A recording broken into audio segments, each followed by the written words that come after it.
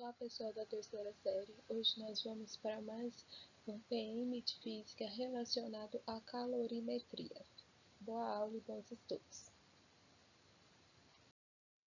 Pessoal, então a capacidade térmica é uma grandeza física utilizada para caracterizar a variação de temperaturas dos corpos ao receber calor. Então nós utilizamos a letra C para designar capacidade térmica, né? Então a capacidade térmica de um corpo é o resultado entre a razão da quantidade de calor recebida pelo corpo e a variação da temperatura que ela sofre. A capacidade térmica é uma característica do corpo e não do material que a constitui. Assim, dois corpos formados pelo mesmo material podem ter capacidades térmicas diferentes, caso suas massas não sejam iguais. Já o calor específico é uma característica de cada material, expresso geralmente em calorias por grama vezes graus Celsius, e representa a quantidade de calor que deve ser fornecido ou retirado a cada 1 grama do material para que sua temperatura aumente ou diminua 1 grau Celsius respectivamente. Então, o calor específico, ele é uma propriedade do material. Sempre que você vê uma questão, a própria questão ela já te fala, considere o calor específico de tal substância. Nós vemos tabelinhas que apresentam calor específico da água, calor específico do ar, calor específico do cobre. Então, o calor específico é uma grandeza que está relacionado ao material, certo? Ele é representado pela letra C minúscula e é igual à capacidade térmica dividido pela massa. A quantidade de calor. Então, a quantidade de calor de um corpo, ela pode ser relacionada em função da massa do corpo, do calor específico e da variação da temperatura.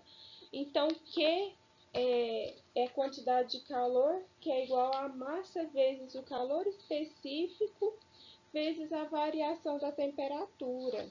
Então, essa equação aqui, ó, essa equação ela é conhecida como equação fundamental da calorimetria, ou também conhecida como Q-macete, ok?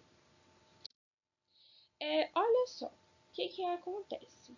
Quando você aquece um corpo, você fornece calor ou retira calor, vai ocorrer uma variação de temperatura.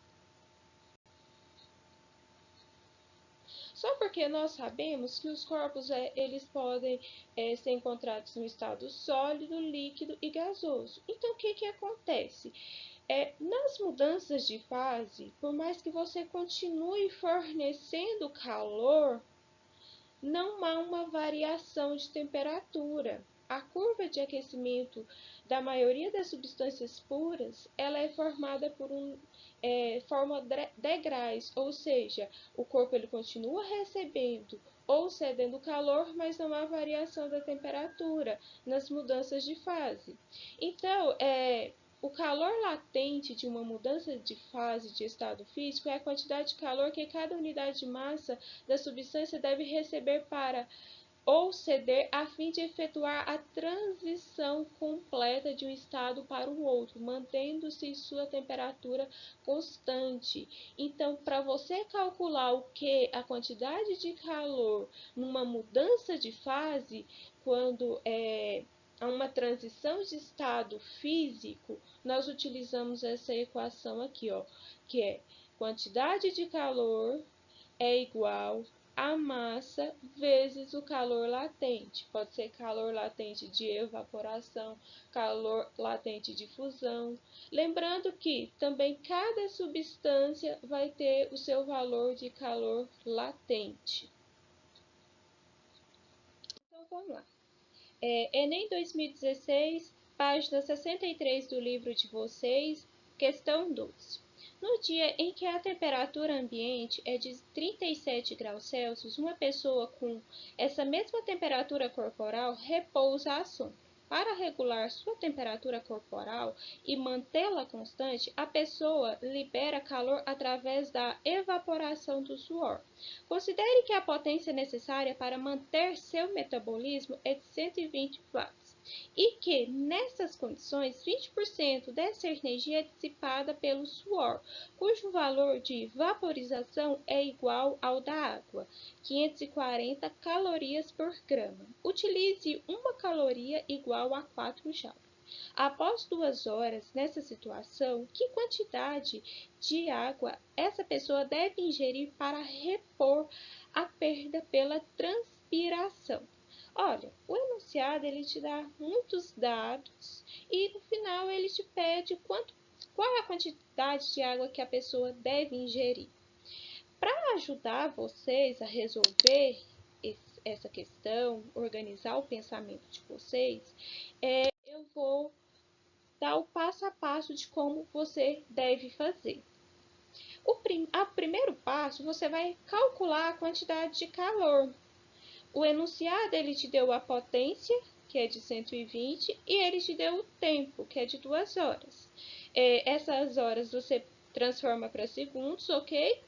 E você descobre aqui a quantidade de calor. Substitui a potência aqui, de 120, o tempo que é 2 horas, você transforma para segundos e substitui aqui. Então, vai ficar calor é igual a potência vezes o tempo.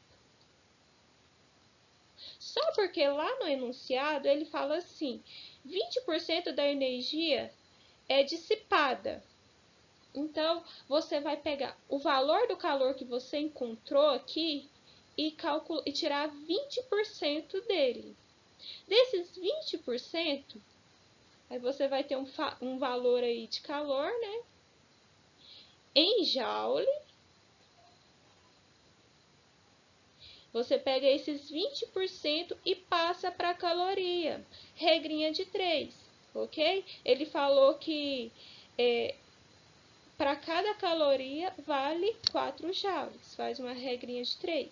Depois que você encontrar a quantidade de calor em caloria, você joga nessa equação aqui. Quantidade de calor é a massa vezes o calor latente.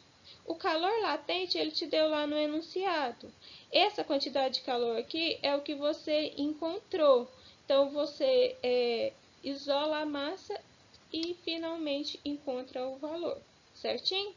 Qualquer dúvida, corre lá no WhatsApp, pergunta, ok? Mas esses são o passo a passo do que você precisa fazer. Bons estudos, galera! Se prepare para o Enem, esforce, lembre-se que tudo isso vai passar. Beijos!